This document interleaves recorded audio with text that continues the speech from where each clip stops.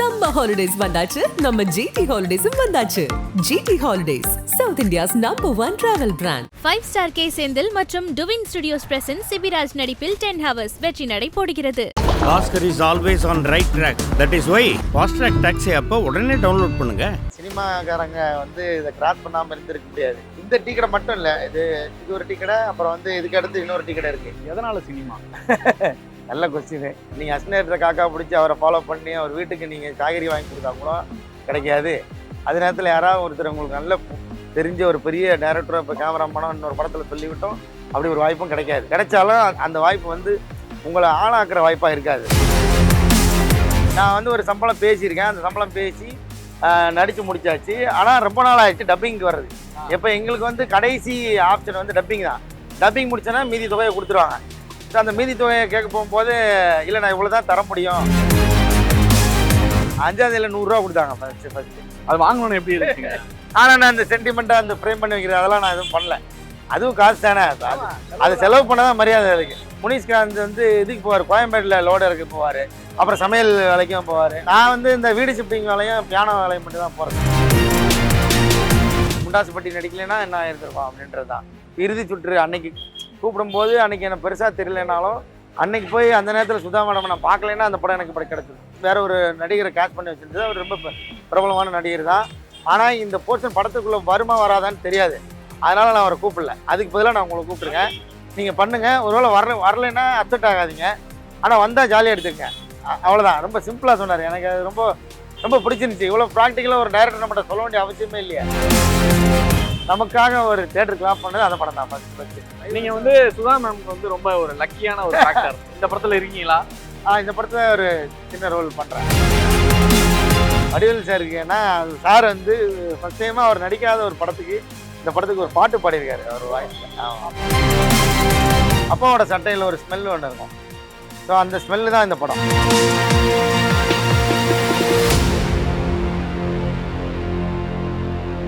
கொஞ்சம் புதுசு தான். காவேரி காரன்ற அந்த கடை வடபழனியில் இருக்கு. யாராலையுமே வந்து தவிர்க்க முடியாத. ஆமாம் ஆமாம். கடந்த எனக்கு தெரிஞ்சு ஒரு 20 வருஷமா இருக்குன்னு நினைக்கிறேன் அந்த கடை. ஏன்னா நானும் ஒரு 16-17 வருஷம் பார்க்குறேன். 18 வருஷம் ஆச்சு நான் பார்த்தேன். அப்போது அதுக்கும் மேலே தான் இருக்கும். சினிமாக்காரங்க வந்து இதை கிராஸ் பண்ணாமல் இருந்திருக்க முடியாது. ஏன்னா இந்த டீ கடை மட்டும் இல்லை, இது ஒரு டீ கடை, அப்புறம் வந்து இதுக்கு அடுத்து இன்னொரு டீ கடை இருக்குது, மணியன் டீ கடைன்னு. ஸோ அங்கே ரெகுலர் டீ நாங்கள் அங்கே தான். இது வந்து ஜென்ரல் டீ. 3 பிரிவாக பிரித்து வச்சுருவோம். இதுக்கு அதுக்கு முன்னாடி ஒரு டீ கடை இருக்கும். ஏவிஎம்லேருந்து தசரதபுரம் போலீஸ் பூத்துக்கு நடுவில் ஒரு 3 டீ கடை உண்டு. 3 டீ கடையும் சினிமா டீ கடை. ஃபர்ஸ்ட் டீ கடை வந்து ஜிம்பாய்ஸ் டீ கடைன்னு பேர். இது வந்து அசிஸ்டன்ட் டீ கடை. ஓ, இது அசிஸ்டன்ட் டீ கடை. எல்லாம் அசிஸ்டன்ட் இங்கே தான் இருப்பாங்களா? அதிகமாக அசிஸ்டன்ட் வந்து போடுறது வந்து இந்த டீ கடை. அதுக்கடுத்து நடிகர் டீ கடை. அது நாங்கள் அங்கே கூட்டி இருக்குது. பாரதியார் தெருன்னு ஒரு தெரு இருக்கோம். அங்கே தான் வந்து பார்த்தீங்கன்னா முனிஷ்காந்த், அப்புறம் இவர் ராட்சசன் வினோத், ராட்சசன் சரவணன், நான் ஏன்னா தெரிஞ்சதுனால சொல்கிறேன். இன்னும் தெரியாமல் ஒரு 150 பேர் இருக்காங்க. ஆமாம். எப்படி பார்த்தாலும் ஒரு டீ கடைக்கு ஒரு 50-100 பேராக நின்றுட்டே இருப்போம். இந்த அருணாச்சல ரோட்டில் மட்டும் டீ கடையில் சுடு தண்ணி இருக்காதுன்னு நினைக்கிறேன். எவ்வளோ நேரம் நின்னாலும் ஒன்றும் சொல்ல மாட்டாங்க. மற்ற ஏரியாலாம் அப்படி இல்லை. ஒரு பாயிண்ட்டுக்கு மேலே டீ குடிச்சப்பா போனோமான்னு இருக்க வேண்டியதான் திட்டுவாங்க. இங்கே மட்டும் அப்படி கிடையாது. எங்கள் கடை மாதிரி தான். இல்லை, இந்த ரோட்டில் இது 3 கடையுமே எங்கள் கடை மாதிரி தான். அதாவது ஒரு உரிமையாகவே நாங்கள் இந்த ரோடை எடுத்துக்கிட்டோம். அப்படி தான் சொல்லணும். எதனால சினிமா? நல்ல கொஸ்டின். எதனால சினிமானா ஒரு பாயிண்டில் தவிர்க்க முடியல, வேறு வழியே இல்லைன்ற மாதிரி ஆயிடுச்சு. ஏன்னா நம்ம நாடகத்திலிருந்து வந்ததுனால சினிமாவில் நடிக்கணும்னு ஆசையாக இருந்ததே தவிர, அப்புறம் ட்ரை பண்ண ஆரம்பிச்சதுக்கு அப்புறம் தான் தெரியுது இது வந்து ரொம்ப கடினம்னு. ஒரு 4-5 வருஷத்துக்கு அப்புறம் ரிவர்ஸ் அடிக்கலாம்னு நினச்சிட்டேன். ஆமாம். அப்போ தான் வந்து வருஷம் அது வந்து 2006 ஆரம்பிச்சது.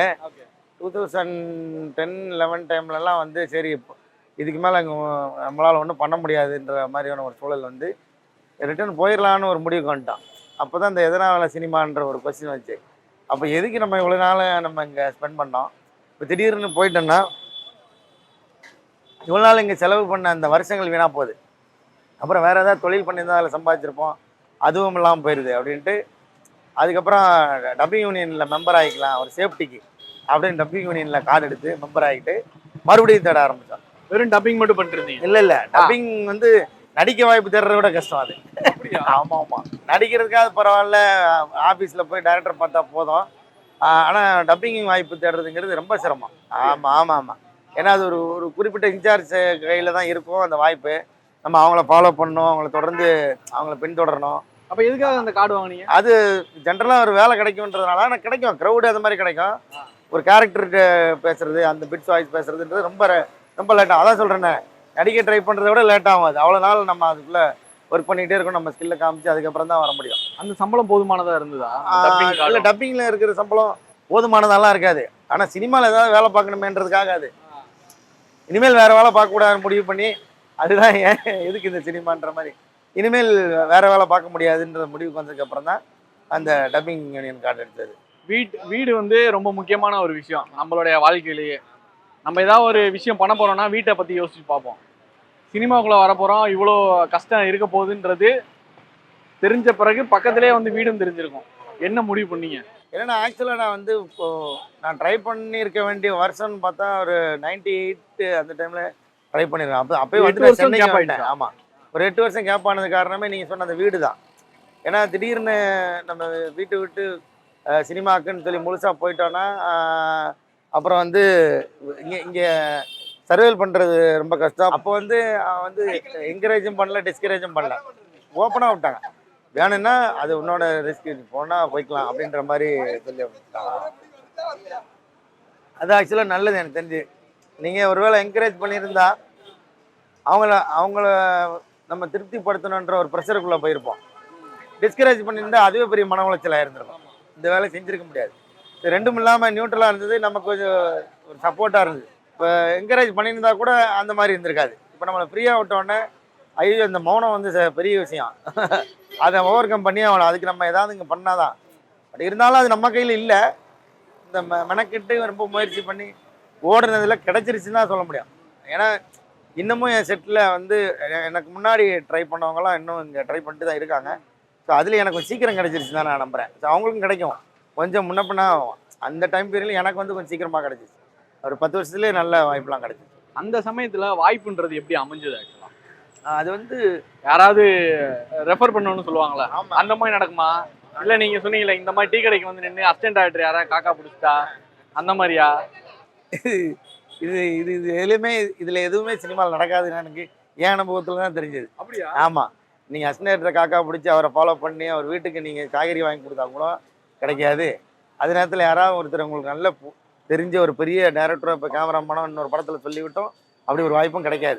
கிடைச்சாலும் அந்த வாய்ப்பு வந்து உங்களை ஆளாக்குற வாய்ப்பாக இருக்காது, சும்மா பேருக்கான வாய்ப்பாக தான் இருக்கும். உங்களை ஆளாக்குற வாய்ப்பு நீங்கள் போய் எப்படி தேடி எப்படி உருண்டு பிறண்டு போய் நிற்கிறீங்களோ அதை பொறுத்து தான் உங்களை ஆளாக்குற வாய்ப்பு வந்து கிடைக்கும் நான் நம்புகிறேன், என்னோட எக்ஸ்பீரியன்ஸில். ஸோ அப்படி தான் எனக்கு நடந்தது.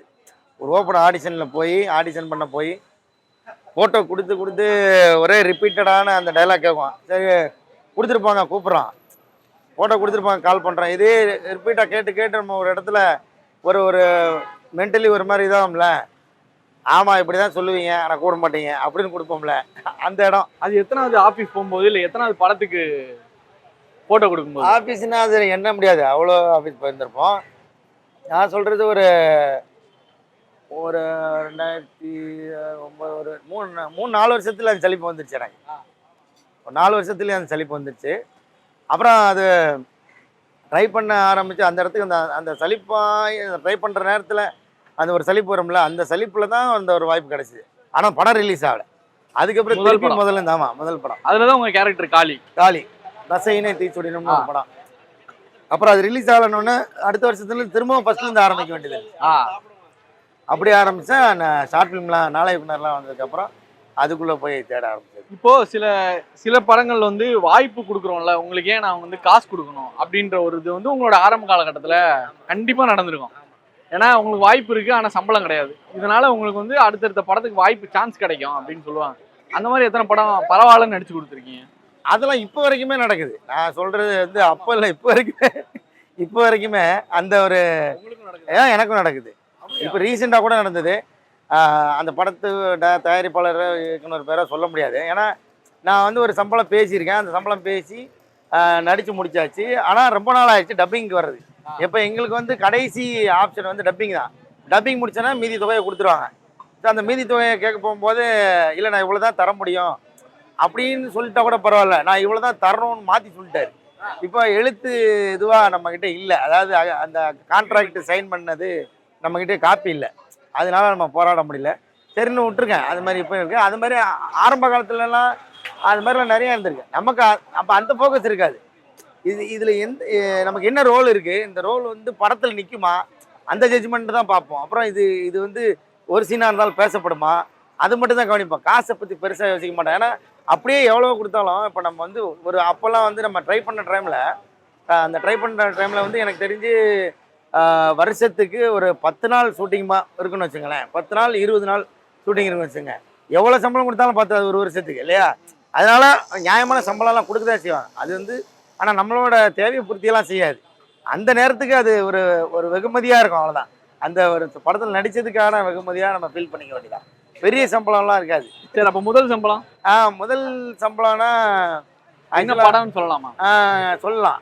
5ஆவதுல தான் முதல்ல சம்பளம் கொடுத்தது. அதுக்கு முன்னாடிலாம் சம்பளம்லாம் வாங்கினது. அதுக்கு முன்னாடி எத்தனை படம் பண்ணியிருக்கீங்க? அதுக்கு முன்னாடி ஒரு 10-15 படம் பண்ணியிருப்பேன். அதுலலாம் சம்பளம்லாம் வந்ததில்லை. ஏன்னா நம்ம கூட்டிட்டு போகிறதே பெரிய விஷயமா, அந்த மாதிரி தான். 5ஆவதுல 100 ரூபா கொடுத்தாங்க ஃபஸ்ட்டு. அதுதான் ஃபஸ்ட்டு சம்பளம். எத்தனை நாள் போச்சு? அது ஒரே ஒரு நாள் தான். ஒரே ஒரு நாள் தான். ஒரு நாள் 100 ரூபா. அது பேட்டாவா சம்பளமான்னு தெரியல. அது மட்டும் தான் கொடுத்தாங்க. அது வாங்கணும்னு எப்படி இருக்கு? சினிமாவில் வாங்கின காசு ஃபஸ்ட் டைம். ஆனால் நான் அந்த சென்டிமெண்ட்டாக அந்த ஃப்ரேம் பண்ணி வைக்கிறது அதெல்லாம் நான் எதுவும் பண்ணல. அதுவும் காசு தானே. செலவு பண்ணாதான் மரியாதை. அதுக்கு வச்சிருந்தா அது ஒரு பேப்பர், அன்னைக்கே செலவு பண்ணிட்டாத. ஆனால் நீங்கள் சொன்னபடி பார்த்தா 15 படத்துக்கு சம்பளம் இல்லை, 5ஆவது தான் வந்து ஃபர்ஸ்ட் சம்பளம். படம் மேலே தான் இருக்கும், கம்மியாக இருக்காது. ஆமாம். அங்கெல்லாம் என்ன நடக்கும்? சம்பளம் கொடுத்த படத்தில் என்ன நடக்கும்? இல்லை, சம்பளம் கொடுக்காத படத்துலேயும் ஒன்று அது பெருசாக நம்ம அப்படி யோசிக்க முடியாது. அதாவது நம்மகிட்ட காசு கேட்காம நடிக்க வைக்கிறதே பெரிய விஷயம். அப்போ அந்த மாதிரி தான் நிறைய பேர் காசு கொடுத்துல ஏமாந்துடுறாங்க. அந்த மாதிரி கம்பெனிகள்லாம் இருந்திருக்கு. ஸோ அதுலலாம் நம்ம வாய்ப்பு இல்லை. ஏன்னா நம்மளை அடித்து பரட்டினாலும் நம்மகிட்ட ஒன்றும் தராது. அதனால வந்து சம்பளம் கொடுக்காம நம்ம அடிக்க வச்சுக்கலாம். ஆமாம். அப்புறம் இடையில சர்வேலுக்காக அந்த இது பண்ணுவோம் நாங்கள். எப்படின்னா இந்த வீடு ஷிஃப்டிங் வேலை, அப்புறம் வந்து நடிக்கிற அந்த சமயத்தில். ஆமாம். இந்த வாய்ப்பு தேடி முடிச்சு அந்த மிச்சம் இருக்கிற கேப் இருக்கு இல்லையா, அப்போ அந்த எனக்காவது ஒரு நாள் ஃப்ரீயாக இருக்கிற அன்னைக்கு அது கொஞ்சம் சீக்கிரமாக வேலை முடிஞ்சிடும். இந்த வீடு ஷிஃப்டிங் எப்போயுமே 7 மணிக்கு கூப்பிடுவாங்க. 4 மணிக்கெல்லாம் போயிடணும். இருட்டிலே போயிட்டு 4 மணிக்கெல்லாம் போயிட்டு ஒரு 7 மணிக்கெல்லாம் முடிஞ்சிடும் வேலை. அதுக்கப்புறம் நம்ம ரொட்டீனையும் பார்த்துக்கலாம். அந்த மாதிரி அது எப்படி ஒரு மாதத்தில் 1 நாள் 2 நாள் வரும். அப்படி வந்தாலும் இப்போது பெட்ரோல் போட்டுக்கலாம் மாதத்துக்கு. ஏன்னா நல்ல ஒரு காசு தருவாங்க. வீடு ஷிஃப்டிங்னா அப்போவே எனக்கு தெரிஞ்சு ஒரு 1000-1500 ரூபா வரும். நான் சொல்கிறது ஆமாம் 18 வருஷத்துக்கு முன்னாடி 1000 ரூபா 1500 ரூபா கொடுப்போம். 2 பேர். ஆமாம், 2 பேர். ஆனால் அவனை புழிஞ்சிருவாங்க. ஒரு வீடே காலி பண்ணி ஏற்றி இறக்கணும், ஒரு 407 ஃபுல் பண்ணி திருப்பி அன்லோட் பண்ணணும். இது எல்லாமே விடியறதுக்குள்ளே பண்ணணும். அந்த டாஸ்க் இருக்கும். ஆனால் காசு வந்துடும். நீங்கள் அதை வச்சு ஒரு 10 நாள் பெட்ரோல் போட்டுக்கலாம். அந்த ஒரு இது இருக்கும். அந்த வேலைக்கு போவோம். அப்புறம் நான் என்னோடய ஃப்ரெண்டு ஒருத்தர் இந்த பழனின்னு சொல்லிட்டு அவரோட அண்ணன் ஒருத்தர் இதில் புதுப்பேட்டையில் வந்து இது ஒரு 407 வச்சுருந்தார். அந்த வண்டிக்கு ரெகுலராக வர்ற ஆஃபர் என்னென்னா இந்த பியானோ சர்வீஸ் பண்ணுற ஒரு பெரியவர் ஒருத்தர் இருப்பார். ஸோ அவர் வந்து எப்படின்னா அவரோட சென்டரில் பியானோ எடுத்துகிட்டு வந்து அவரோட சென்டரில் வச்சு சர்வீஸ் பண்ணி திருப்பி கொண்டு போய் டெலிவரி பண்ண அவங்க வீட்டுக்கு டெலிவரி பண்ணுவார். ஸோ நம்ம அதை பிக்கப் ட்ராப் பண்ணுறதெல்லாம் நம்ம இந்த வண்டி தான் போவோம். அதுக்கு ரெகுலராக எங்களை கூப்பிடுவார். நான் அப்புறம் பப்பன் டைரக்டர் இருக்கான்ல அசோக் குமார் வீரப்பன், அவன், அப்புறம் வந்து அந்த பழனி, அப்புறம் ஆறு பாலான்னு சொல்லிட்டு அவன் நடிகர். இப்போ நாங்கள் 4-5 பேர் ஒரு டீம். இந்த டீம் மட்டும் தனி. இது இன்னும் 7 மணிக்கு போனோம், 3 மணிக்கெல்லாம் போனோம். ஏன்னா அந்த ஸ்டெப்ஸில் எல்லாம் டிஸ்டர்பன்ஸ் இல்லாமல் இறக்கிட்டு திருப்பி ஏற்றிட்டு போனோம். ஆனால் கண்டிஷன் போடுவார், பியானோவை மட்டும் யாரும் தொடக்கூடாது பாரு. தொடாமல் எப்படி தூக்குறது? அது ஒரு மாதிரி ஃப்ரெண்ட்ஸு படத்தில் வர காமெடி மாதிரியே இருக்கும்.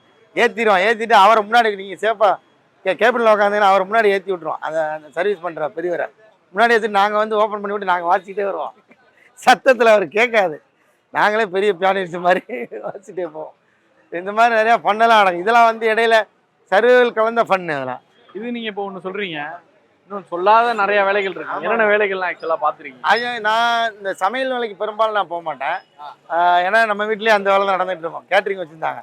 அதனால் எனக்கு இது என்னடா இது இங்கே செய்கிறதுக்கு அங்கேயே செய்யலாமே நமக்கு ஒன்று தோணும். அதனால் நான் சமையல் வேலைக்கு மட்டும் போக மாட்டேன்.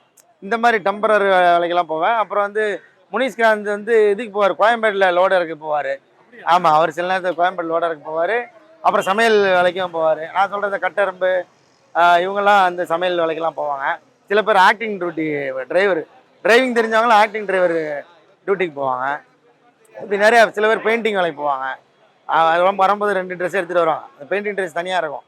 ஆஃபீஸ் போயிட்டு முடிச்சுட்டு மதியானத்துக்கு மேலே அந்த மாதிரி போய் ஜாயின் பண்ணி பெயிண்ட் அடிப்பாங்க. இப்போ நீங்கள் பார்த்தது வந்து அந்த நான் வந்து இந்த வீடு ஷிஃப்டிங் வேலையும் பியானோ வேலையும் மட்டும் தான் போகிறது. ஆமாம், அது மட்டும்தான் கொஞ்சம் சின்ன வேலை, பெத்த லாபம். 1000 ரூபா அப்போ 1500 கிட்ட கிடைக்கும். அது அந்த அண்ணன் ரொம்ப நேர்மையாக கொடுப்பாரு. அவங்க எவ்வளோ கொடுக்குறாங்களோ எங்களுக்கு ஷேர் பண்ணி கொடுத்துருவாரு. அவர் வந்து அதில் கமிஷன் அடிச்சுக்கிட்டு நமக்கு ஒரு சம்பளம் அப்படி கொடுக்க மாட்டார். ஆமாம், அவர் ரொம்ப நேர்மையாக இருப்பார். ஓகே, ஒருத்தருக்கு வாய்ப்பு கிடைக்கும், நம்ம கூட தேர்ந்தவருக்கு வாய்ப்பு கிடைக்காம போகும். ஆமாம், உங்க கூட டிராவல் பண்ண ஆட்கள் வந்து இங்கே நிறைய நீங்க காவேரி கார்னர்ல ஸ்பெஷலா நிறைய பேர் உங்க கூட ஃப்ரெண்ட்ஸ் இருப்பாங்கல்ல. ஆமாம், ரூம் ஷேர் பண்றதா இருந்தாலும் சரி, எனக்கு சாப்பாட்டுக்கு பசிக்குதுன்னு காசு கேட்டாலும் சரி, நான் இந்த ஆள்கிட்ட தான் போய் கேட்பேன் அப்படின்னு ஒரு 5 பேர் இருப்பாங்களா, அவங்க யாராவது சொல்லுங்க. அது வந்து அப்போ வந்து இவர் கார்த்திக், நம்ம மதுரை கார்த்திக், நம்ம மேனேஜராக இருந்தார். அவரோட ரூம் ஒன்று இருக்குது, இளங்கோ நகரில் ஒரு ரூம் இருக்கும். அங்கே வந்து எப்பயுமே பார்த்தீங்கன்னா ரேஷன் அரிசி தான், ஆனால் அரிசி இருக்கும். அப்போ இண்டக்ஷன் ஸ்டவ் இருக்கும். அப்போ வந்து அங்கே ஆக்கி சாப்பிடுவோம். சில நேரத்தில் எல்லாரும் ஒன்றா இருந்தோம்னா மொத்தமாக ஒரு சமையல் பண்ணி சாப்பிடுவோம். அந்த மாதிரி ரெகுலராக அதுதான் வச்சுங்களேன். என்றைக்காவது நல்லா சாப்பிட்ணுன்னு நினச்சா நாங்கள் அதுக்கு ஒரு செட் இருக்குது. அந்த செட்லாம் செஞ்சு என்ன பண்ணோன்னா, முகூர்த்த நாளாக இருந்துச்சுன்னா கல்யாண மண்டபத்தில் போய் சாப்பிடுவோம். ஆமாம், அது ஏன்னா அது ரொம்ப மண்டபம்னா தெரிஞ்ச கல்யாணம், தெரியாத கல்யாணம், தெரிஞ்ச கல்யாணத்துல எதுக்கு சாப்பிட போகிறோம். ஏன்னா இதிலே இங்கே ஒரு கல்யாண மண்டபம் இருக்குது, வடமல்லி பஸ் ஸ்டாண்டு பின்னாடி ஒரு கல்யாண மண்டபம் இருக்குது. கேட்டுற மாட்டாங்களா, பிடிக்கலாம். அதுதான், அதுக்கு நாங்கள் ஒரு ட்ரிக்ஸ் வச்சுருப்போம். போகும்போதே எப்படின்னா ஃபோன் எடுத்து ஆன் பண்ணிட்டு, எங்கே இருக்க, ஆமாம் நான் வந்துட்டேன், எங்கள் பார்க்கிங் வந்துட்டேன், அப்படியே சரி வரேன், இப்படி பேசிட்டு ஃபோன்லேயே பேசிட்டு போவோம். மணமடை வரைக்கும் போவோம். மணமடை கிட்ட தான் இருக்கேன், எங்கே இருக்க டைனிங் சாப்பிட்ற இடத்துல சொல்கிறேன், வந்துடுறேன், அங்கே அப்படின்ட்டு நாங்களும் ஒருத்தரை மாற்றி அசம்பிளாக உட்காந்து சாப்பிட்டு வந்துடுவோம். வீடியோலாம் எடுத்துருப்பாங்க, போட்டு பார்த்தா ஒரு வேளை தெரியும், கண்டுபிடிக்கலாம் எங்கள் கல்யாணத்தில் வந்து சாப்பிட்ருக்காரு. 5ஆவது பண்ணதுக்கப்புறம் யாரும் டைரக்டர்ஸ் நோட் பண்ணாங்களா, இல்லை உங்களுக்கு 5ஆவது பண்ணியிருக்கேன் எனக்கே தெரியாது, என்னாலே பார்க்க முடியல படத்தில். இல்லை, அவ்வளோதான், சின்ன பிராக்ஷன் ஆஃப் செகண்ட் வந்து அவ்வளோதான். படத்தை வேடிக்கை பார்த்தேன், ஷூட்டிங்.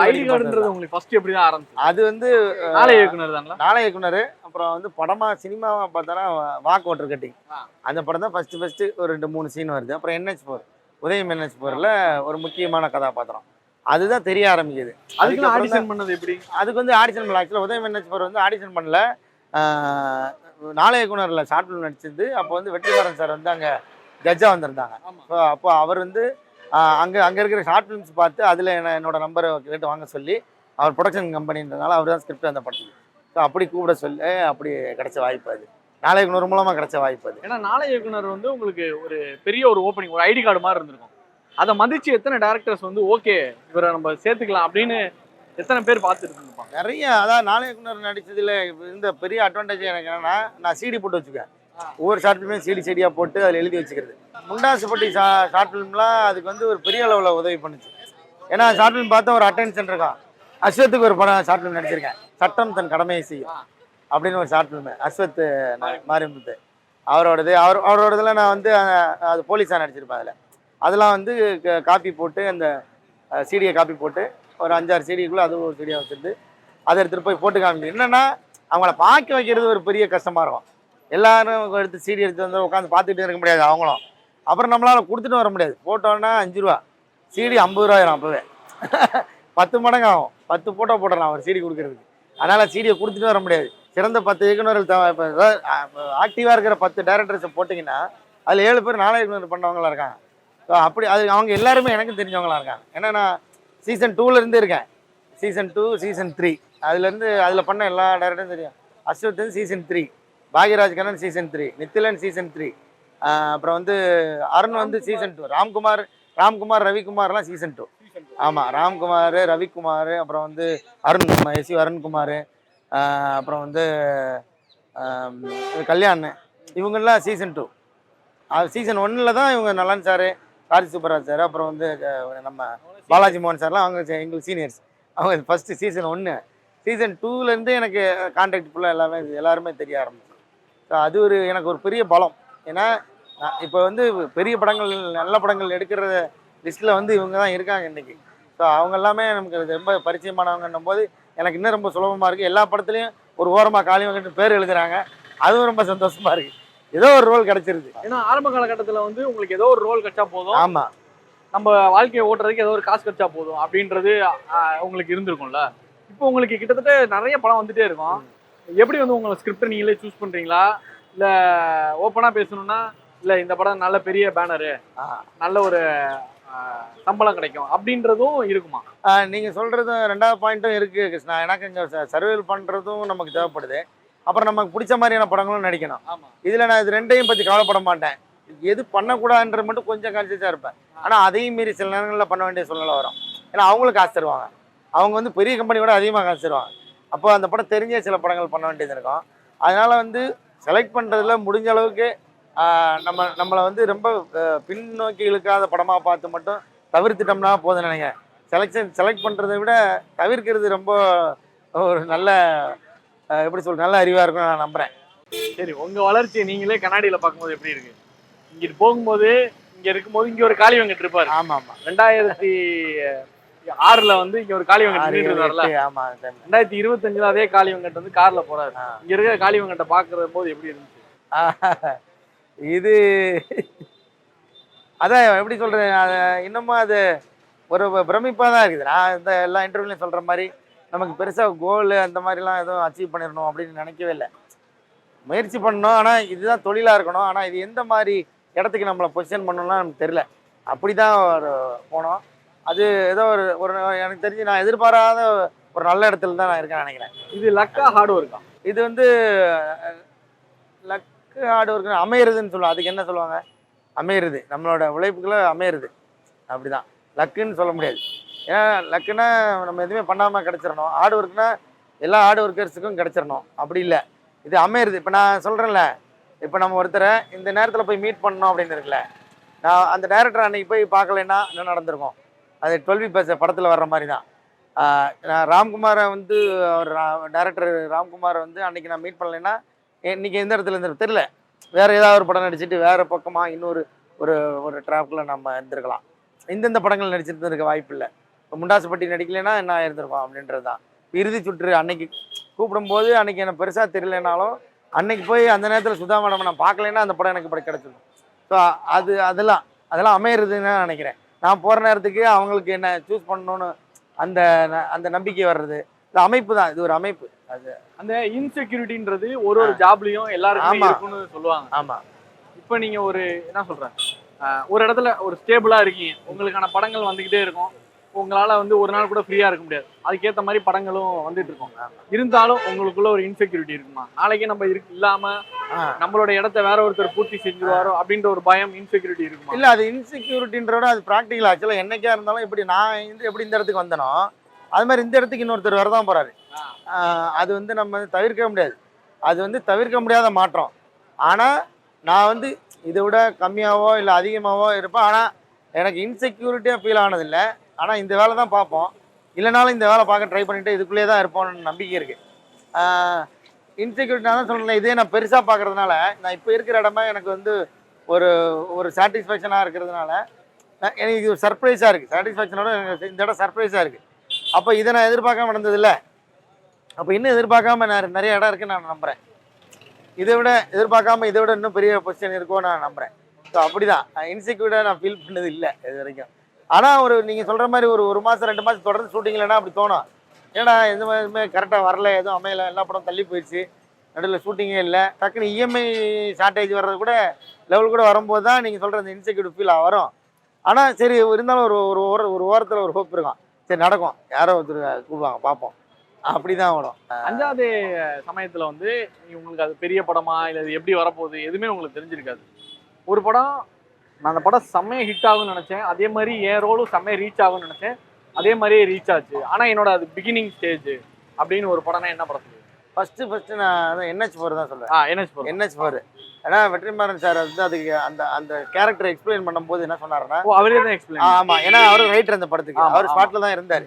அவர் சொன்னார் இது வந்து வேற ஒரு நடிகரை கேஸ்ட் பண்ணி வச்சிருந்தது, அவர் ரொம்ப பிரபலமான நடிகர் தான், ஆனால் இந்த போர்ஷன் படத்துக்குள்ளே வருமா வராதான்னு தெரியாது, அதனால் நான் அவரை கூப்பிடல. அதுக்கு பதிலாக நான் உங்களை கூப்பிட்ருக்கேன், நீங்கள் பண்ணுங்கள், ஒருவேளை வரலைன்னா அப்செட் ஆகாதீங்க, ஆனால் வந்தால் ஜாலியாக எடுத்துக்கங்க, அவ்வளோதான். ரொம்ப சிம்பிளாக சொன்னார். எனக்கு அது ரொம்ப ரொம்ப பிடிச்சிருந்துச்சி. இவ்வளோ ப்ராக்டிக்கலாக ஒரு டைரக்டர் நம்மகிட்ட சொல்ல வேண்டிய அவசியமே இல்லையே. நீங்கள் கூப்பிட்டு பண்ணுங்கன்னா பண்ண தான் போகிறோம். நம்ம ஷார்ட் ஃபிலிம் நடிச்சிட்டு இருக்கோம், ஒரு பெரிய படத்தில் பெரிய வாய்ப்பு. அப்போ சொல்லும்போது எனக்கு வந்து சார் இது சூப்பரான அணுகுமுறையாக இருக்குது. இப்படி முதல்ல சொன்னதே எனக்கு, நான் சொன்னேன் சார் இதுவே எனக்கு சொன்னதே எனக்கு ஓகே சார், நான் நடிக்கிறேன் சார், வர்றது வராததெல்லாம் பற்றி கவலைப்படாது சார், 80% வராதுன்னு வச்சுங்க, 20% வரும்னு வச்சுங்க, அப்படி நம்பிக்கையை வச்சுங்க அப்படின்னாரு. அப்புறம் வந்து நான் பண்ணது எல்லாம் அப்படியே வந்துருச்சு, படத்துலேயே வந்துச்சு. அது எனக்கு பெரிய சர்ப்ரைஸ். எனக்கு அந்த ரோல் எப்படி ரீச் ஆச்சு? அந்த ரோல் ஃபஸ்ட்டு நான் வந்து தியேட்டரில் கிளாப்ஸு எல்லாம் மொத்த தியேட்டர் கிளாப் பண்ணது, நமக்காக ஒரு தியேட்டர் கிளாப் பண்ணது அந்த படம் தான் ஃபஸ்ட்டு. அந்த பிளேடு சீன் சொல்லும்போது அந்த டைலாக் சொல்ல அதுக்கப்புறம் நான் பேச கிளாப் பண்ண ஆரம்பிச்சிட்டாங்க. அது வந்து பயங்கர இதாக மொத்த தியேட்டரும் கை தட்டுறது இருக்குல்ல நமக்காக, நம்ம முகத்துக்கு. அது வந்து ஃபர்ஸ்ட் டைம் பார்த்தது என்ஹெச் பார் தான். அது வெற்றிமாறன் சாருக்கு இந்த இடத்துல ரொம்ப நன்றி சொல்லலாம். அந்த கிளாஸ் வந்து ஒரு பெரிய போதை. ஆமா, எல்லாருக்குமே ஒரு போதை. ஆமா ஆமா. வாட்டி வாங்கிட்டா அது காலம் முடிகிற வரைக்கும் அது யாராலையுமே அதை புறக்கணிக்க முடியாது. முதல்ல அதான் ஸ்கூல்ல வாங்கின கிளாஸ் தான் இங்கே கொண்டாந்து நிற்க வச்சிருக்கு. ஸ்கூல் படிக்கும் போது அந்த பாட்டு பாடி அதுக்கு ஒரு கிளாஸ் மொத்த ஸ்கூலும் கை தட்டுதில்ல, அந்த சத்தம் இன்னும் கேட்டுருக்காரு. அது வந்து அதுக்கப்புறம் NH4 கேட்டிருக்கோம். ஆமா ஆமா. அதுக்கு அடுத்த படம் NH4 நோட் பண்ணி ஏதாவது டைரக்டர் கூப்பிட்டுருக்காங்களா? ஏன்னா ஆடிஷன்ன்றது வேற. ஆமா ஆமா. சில பேர் நோட் பண்ணி கூப்பிடுவாங்க. ஆமா ஆமா. நோட் பண்ணி கூப்பிட்டதுன்னா எந்த படத்துல? NH4 நோட் பண்ணி கூப்பிட்டது எனக்கு NH4 தான் அந்த மாதிரி கிடைச்சது. ஷார்ட் ஃபிலிம்ல என்ன நோட்டீஸ் பண்ணி NH4 கொடுத்தாரு வெற்றி சார். அதுக்கப்புறம் வந்து NH4 பார்த்து கூப்பிட்டாங்களான்னு எனக்கு தெரியல. அது மாதிரி யாரும் சொல்லி எனக்கு சொல்லல. ஒருவேளை அது சம்பந்தமாக கூட படம் வந்திருக்கலாம். பட் ஆனால் முண்டாசுப்பட்டி பார்த்து நிறைய பேர் கூப்பிட்டாங்க, தெகிடி பார்த்துட்டு நிறைய பேர் கூப்பிட்டாங்க. அதுக்கப்புறம் நிறைய படங்கள் வந்துச்சு. அது 2 படத்தின் மூலமாக தான் நிறைய படங்கள் எனக்கு பெரிய பெரிய ரோலாக கிடைக்க ஆரம்பிச்சு. இப்போ கைவசம் எத்தனை படங்கள் இருக்கு? நீங்க வந்து சுதா மேம்க்கு வந்து ரொம்ப ஒரு லக்கியான ஒரு ஃபேக்டர். அப்படிலாம் இல்லை. அதே மாதிரி ஏன்னா அவங்களோட எல்லா படத்துலையும் இருந்திருக்கீங்க. இந்த படத்துல இருக்கீங்களா? இந்த படத்துல ஒரு சின்ன ரோல் பண்றேன். ஆமா ஆமா. இல்லைன்னா எப்படி? அப்படி இல்லை, ஒரு நமக்கு ஏற்ற மாதிரி ஒரு சின்ன ஒரு கதாபாத்திரம், நல்லா இன்ட்ரெஸ்டிங்காக இருக்கும். அவங்களோட டிராவல் எப்படிங்க இருக்கு உங்களுக்கும் சுதா மேமுக்கும் இருக்கிற அந்த டிராவல்?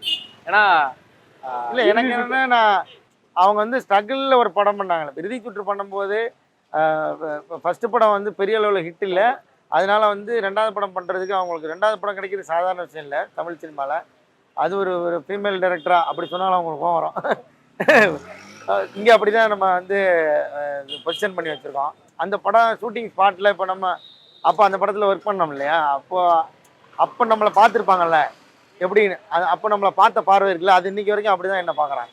ஸோ எனக்குமே அவங்கள அங்கே சகிலாக ஒரு படம் எடுத்தது இருக்குல்ல, அந்த போராட்டம் வெறித்தனமாக ஓடி அந்த வெறியோட ஷூட்டிங் பண்ணதெல்லாம் இருக்குல்ல, அதையும் இப்போயும் நான் அப்படி தான் பார்க்குறேன், அவங்களும் அப்படி தான் பார்க்குறேன். ஸோ இதுதான் இந்த ட்ராவல். எனக்கு தெரிஞ்ச அந்த சின்சியாரிட்டி.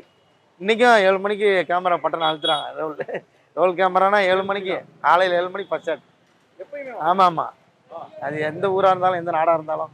நான் இலங்கை போய் சரி இங்கேயும் அதே மாதிரி நடக்குமான்னு பார்த்தா அங்கேயும் அதே மாதிரி நடக்குது. 7 மணி தான், 7 மணிக்கு ஃபர்ஸ்ட் ஷாட்டு. ஆமாம், அதில் எல்லாம் மாற்றமே. அது கேட்டிருக்கீங்களா? ஏன் மேம் அந்த 7 மணின்றது? இல்லை இறுதி சுற்று பண்ணும்போதெல்லாம் 7 மணி. ஆமாம் ஆமாம்.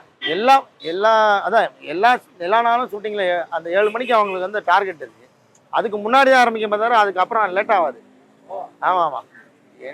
என்ன நடந்தாலும் நடக்கலைனாலும் 7 மணிக்கு கேமரா ரோல் ஆயிரும். அப்போ தான் உங்களுக்கு ஆக்சுவலாக அந்த ஷூட்டிங் ரன் ஆகும். நான் இப்படியே தேங்கிக்கிட்டே இருந்தோம்னா நான் நிறைய படம் பார்த்துருக்கேன். ஃபர்ஸ்ட் ஷாட்டுக்கு 12 மணி ஆன படம்லாம் இருக்குது. அதுக்கெல்லாம் அவங்க விட மாட்டாங்க. 12 மணிக்கெலாம் எனக்கு தெரிஞ்சு 2 சீன் எடுத்தே முடிச்சிருவாங்க. ஸோ அந்த ஃபயர் இப்பவும் இருக்குது. உங்களுடைய வரிசையில் வந்து நிறைய படம் இருக்குது. ஆமாம், இப்போ ரிலீஸுக்கு ஆமாம் நடிச்சிட்டு இருக்கிற படம் ஒரு 10 படம் இருக்கும். நடிச்சு முடிச்ச ரிலீஸ்க்கு ஒரு 10 படம் இருக்கும். அதில் இப்போ நம்ம மே மாதம் ரிலீஸ் ஆகுது. இப்போ முக்கியமாக அந்த டைரக்டர் வந்திருக்காரு, மெட்ராஸ் மேட்னி. அந்த மெட்ராஸ் மேட்னி படத்தோட அதில் வந்து உங்கள் பேர் ஃபர்ஸ்ட் போடுறது ரொம்ப சந்தோஷமாக இருந்துச்சு. இல்லை அது வரிசையாக போட்டிருக்காங்க. அப்படி பரவாயில்ல, அது முதல்ல போட்டிருக்கனால ஒரு முதன்மை கதாபாத்திரம். அதனால டைரக்டர் கூப்பிடுவோம். சார் வாங்க sir, welcome to the interview, welcome to the எங்கள் Arunachalam road. Hi sir. Hi sir, வணக்கம் சார். எப்படி இருக்கீங்க சார்? நல்லா இருக்கேன் சார். வந்து எப்படின்னா இந்த அருணாச்சலம் ரோட்டில் டீ கடையிலலாம் ஸ்பெண்ட் பண்ணாமல் இவர் வேற ஒரு ரூட்ல இருந்து வந்து சினிமாக்குள்ளே என்ட்ரு ஆனவர். நீங்கள் படம் வந்து அதுக்கு பல விதமாக பதில் சொல்லும். ஓகே. ஆமாம், பொதுவாக கேட்பாங்க உங்களுக்கு இவர் கூட ஒர்க் பண்ண எக்ஸ்பீரியன்ஸ் எப்படி இருந்துச்சு அப்படின்றது. ஆமாம், நான் கேட்குறேன் உங்களுக்கு காளிவெங்கட் சாரோட ஒர்க் பண்ணது எப்படி இருந்துச்சு? இதில் காளி சார் வந்து எப்படின்னா ரொம்ப உண்மையான ஆக்டர். கிரேட் குட் அந்த மாதிரி டேர்ம்ஸ்குள்ளே நான் போக விரும்பல.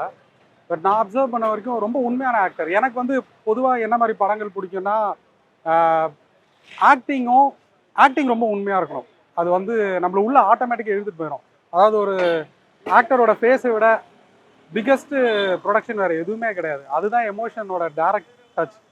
ஸோ எனக்கு ஜென்ரலாகவே உண்மையாக ஆக்ட் பண்ண மூவிஸ் ரொம்பவே பிடிக்கும். இந்த கதையில் அப்பா கேரக்டர் வந்து ரொம்ப ஒரு முக்கியமான கேரக்டர். இது ஒரு ஃபேமிலி படம். அப்பா கேரக்டர் ரொம்ப முக்கியமான கேரக்டர். நான் என்ன ஐடியாவில் இருந்தேன்னா, ஒரு நல்ல அப்பா கேஸ்ட் ஆகலைன்னா படமே எடுக்க வேணான்ற ஐடியாவில் தான் இருந்தேன். உண்மையிலே அப்படி தான் இருந்தேன். அபிஷேக் ராஜா தான் எனக்கு காளி சாரோட கனெக்ட் பண்ணாரு. நாங்கள் 2 பேரும் பேசினோம். ஆமாம், எங்களுக்கு நடுவில் பாலம் தான். ஆமாம், கண்டிப்பாக. ஸோ ஃபஸ்ட்டு என் கதை பற்றிலாம் நாங்கள் ரொம்ப பேசின உடனே ஒரு கனெக்ஷன் இருந்தது. காளி சாருக்கும் எப்படி சொன்னார்னா, அவர் அப்பாவோட ரிலேட் பண்ணிக்கிட்டார் அதை. ஸோ அந்த ரிலேட்டபிலிட்டி வந்து உண்மையிலே ஒரு பிரிட்ஜ் மாதிரி தான் இருந்தது. நான் சொன்ன மாதிரி ஸ்பாட்லேயுமே சரி, நான் மானிட்டர் பின்னாடி உட்காரல நான் நிறையா ஸ்ட்ரெயிட்டாக தான் இருந்தேன். ஒருத்தவங்க நடிக்கிறத டைரக்ட் பண்ணும் போது ஒருத்தவங்க நடிக்கிறத தாண்டி அது உண்மையாக சில சமயம் நம்ம மேலே ஒரு தாக்கத்தை ஏற்படுத்தும். கண்டிப்பாக செட்டில் அதை நான் ஃபீல் பண்ணேன். காளி சார் வந்து நடிக்கும் போது எனக்கு அது ரொம்ப உண்மையாக ஃபீல் ஆச்சு. அந்த எமோஷன் டைரெக்டாக இறங்கின மாதிரி தான் நான் ஃபீல் பண்ணேன். எல்லாரோட அப்பாவோட சட்டைக்கு ஒரு வாசனை இருக்கும். அப்பாவோட சட்டையில் ஒரு ஸ்மெல் ஒன்று இருக்கும். ஸோ அந்த ஸ்மெல்லு தான் இந்த படம். அப்பா சட்டையில் ஒரு வாசனை வரும்ல, அந்த வாசனை நீங்கள் இந்த படத்தில் ஃபீல் பண்ண முடியும். நான் ஃபீல் பண்ணேன் படம் பார்த்து. இதில் 2 பேருக்கு முக்கியமாக நன்றி சொல்லணும். நான் சத்யராஜ் சாருக்கும் வடிவேல் சாருக்கும் கண்டிப்பாக. ஏன்னா சத்யராஜ் சார் இந்த படம் ஆல்மோஸ்ட் முடிகிற ஸ்டேஜில் தான் சத்யராஜ் சார் இதுக்குள்ளே வர்றாங்க. ஸோ படத்தில் இருக்கிற சில காட்சிகள்லாம் போட்டு காமிச்சு சத்யராஜ் சாரை கன்வின்ஸ் பண்ணி அவருக்கு வந்து பிடிச்சி அவர் இஷ்டப்பட்டு வந்து நடிச்சிருக்காரு. வடிவேல் சாருக்கு ஏன்னா சார் வந்து ஃபர்ஸ்ட் டைமாக அவர் நடிக்காத ஒரு படத்துக்கு இந்த படத்துக்கு ஒரு பாட்டு பாடியிருக்காரு அவர் வாய்ஸ். ஆமாம், ஒன்ஸ் அகெயின் ரெண்டுமே கிரெடிட் வந்து நாங்கள் சின்ன ப்ரொடக்ஷன் கம்பெனி தான். நான் வந்து இதான் என்னோட மொதல் படம். இண்டஸ்ட்ரியில் எந்த விதமான கனெக்ஷனும் எனக்கு கிடையாது. So first once again Sathyaraj சாரை பொறுத்த வரைக்கும் அவர் இந்த படத்தில் ஒரு நரேட்டர். அவர் தான் கதையை சொல்கிறாரு. நாங்கள் எப்படின்னா அந்த கோர் கதையை எடுத்துட்டோம். அதுக்கப்புறமா நரேட்டர் வந்து அப்புறமா பார்த்துக்கலான்ற ஐடியாவில் தான் இருந்தோம். ஸோ நிறைய ஆப்ஷன்ஸ் இருந்தது. ஒன்ஸ் அகெயின் அது அந்த அப்பா கேரக்டர் மாதிரி அந்த நரேட்டருமே ரொம்ப ஒரு டஃப்பான ஆப்ஷன் தான். நிறைய பேர் மைண்டில் இருந்தாங்க. சத்யராஜ் சார் வந்து டீமில் டிஸ்கஸ் பண்ணும்போது சத்யராஜ் சாரோட பேர் வந்தது. இந்த மாதிரி சின்ன படத்தை எல்லாம் அவர் ஒத்துப்பாரான்னு எனக்கு தெரியல. ஸோ நான் வந்து ரொம்ப ஆப்டிமிஸ்டிக்காக இல்லை. பட் எங்கள் டீமில் மோனிகான்னு ஒருத்தவங்க இருக்காங்க. அவங்க தான் எனக்கு கன்வின்ஸ் பண்ணி சத்யராஜ் சாரோட ஒரு ஃபோன் கால் பேசி ஒரு மீட்டிங் அரேஞ்ச் பண்ணோம். நான் அங்கே ஒன்றுமே வேலை பண்ணல. ஏற்கனவே எடிட் பண்ண ஃபுட்டேஜை சத்யராஜ் சாருக்கு போட்டு காமிச்சோம். அவருக்கு ரொம்ப பிடிச்சிது. Once again it goes back to the fact that actors வந்து உண்மையிலே நல்லா பண்ணியிருந்தாங்க. ஸோ அவருக்கு வந்து ஆக்டிங் பார்த்து தான் அவர் பேசிகிட்டே இருந்தார். எவ்வளோ நல்லா பண்ணியிருக்காங்க, எல்லாம் எவ்வளோ நல்லா இதே தான் சொல்லிட்டு இருந்தார். 2 days டைம் கேட்டார். நான்லாம் 50-50 தான் இருந்தேன். அப்புறம் ஃபோன் கால் வந்தது, ஒத்துக்கிட்டாரு. எனக்கு ரொம்ப ஹாப்பி ஆயிடுச்சு. ஏன்னா சத்யராஜ் சாருக்கு இருக்க டைனமிசம் இருக்குல்ல, அவரால் ரொம்ப நக்கலாகவும் இருக்க முடியும். அட் த சேம் டைம் அவருக்கு ரொம்ப டீப்பாகவும் எமோட் பண்ண முடியும். அது வந்து கண்டிப்பாக இதில் இருந்தது. So I'm very happy he played that role. Vadivel சாருமே சேம் ஸ்டோரி தான். எட்டாத தூரம் என்னை பொறுத்த வரைக்கும் வடிவேல் சார் வந்து எட்டாத தூரத்தில் இருக்கிறதா தான் நான் பார்த்தேன். ஒன்ஸ் அகெயின் நாங்கள் ஃபோன் பண்ணி பேசினோம் அவர்கிட்ட. அவர் சொன்னார், ஃபஸ்ட்டு ஹெசிடெண்ட்டாக இருந்தார், நான் நடிக்கலை எப்படி பாடுறதுன்ற மாதிரி இருந்தார். ஸோ நாங்கள் ரொம்ப ரிக்வஸ்ட் பண்ணி கேட்டோம், சார் ஒரே ஒரு வாட்டி பாட்டை கேளுங்க, பிடிச்சிருந்தா தென் ஃபர்தராக பேசலாம் சார்ன்ற மாதிரி தான் சொன்னோம். பாட்டை அனுப்பிச்சோம், கேட்டார், பிடிச்சது. Next day he said okay. So எல்லாமே I would say thanks to the film. படத்தினால தான் அடுத்தடுத்து நல்லது நடந்தது நான் நினைக்கிறேன். சூப்பர்ண்ணே ஐயா. காவேரி கார்னர், பழைய கதைகள். ஆமாம், அருணாச்சலம். காவேரி கார்னர்லேருந்து கோடம்பாக்கம், மீண்டும் கோடம்பாக்கத்துலேருந்து காவேரி கார்னர் வந்து சும்மா நம்ம இன்டர்வியூக்காக வந்திருக்கோம். மறுபடியும் இப்போ நம்ம கோடம்பாக்கத்துக்கு போகலாம். சூப்பர்ண்ணா, ரொம்ப ரொம்ப நன்றி. நிறைய விஷயங்கள் பேசுனீங்க. மெட்ராஸ் மேட்னி வந்து இப்போ மே மாதம் டேரக்டர் மே மாதம் ரிலீஸ் ஆக போகுது. மிகப்பெரிய ஒரு எதிர்பார்ப்பு. நான் கார்கி, ஸோ அந்த வரிசையில் இதுவும் வந்து ரொம்ப எமோஷனலான ஒரு. ஆமாம், இது வந்து அதான் சொல்கிறேன், இது எல்லாமே கலந்துருக்கும். நல்ல ஹியூமர் இருக்குது, ஒரு சூப்பரான ஒரு ஃபேமிலி ட்ராமா இருக்குது, ஒரு நல்ல ஒரு எமோஷ்னல் ஒரு இது இருக்குது, ஒரு கிளைமேக்ஸ் இருக்குது. சூப்பரான ஒரு படம், ஒரு பேக்கடான ஒரு படம். எல்லாருக்குமே பிடிக்கும். சூப்பர். ரொம்ப ரொம்ப நன்றிண்ணா. தேங்க்யூ Thank you so மகிழ்ச்சி much. மகிழ்ச்சி. நன்றிண்ணா. சம்மர் ஹாலிடேஸ் வந்தாச்சு, நம்ம ஜிடி ஹாலிடேஸும் வந்தாச்சு. GT holidays, south India's #1 travel brand. 5 star K Senthil மற்றும் டுவின் ஸ்டுடியோஸ் பிரசன்ஸ் சிபிராஜ் நடிப்பில் 10 ஹவர்ஸ் வெற்றி நடை போடுகிறது. Oscar is always on right track. That is why Fast Track Taxi app உடனே டவுன்லோட் பண்ணுங்க.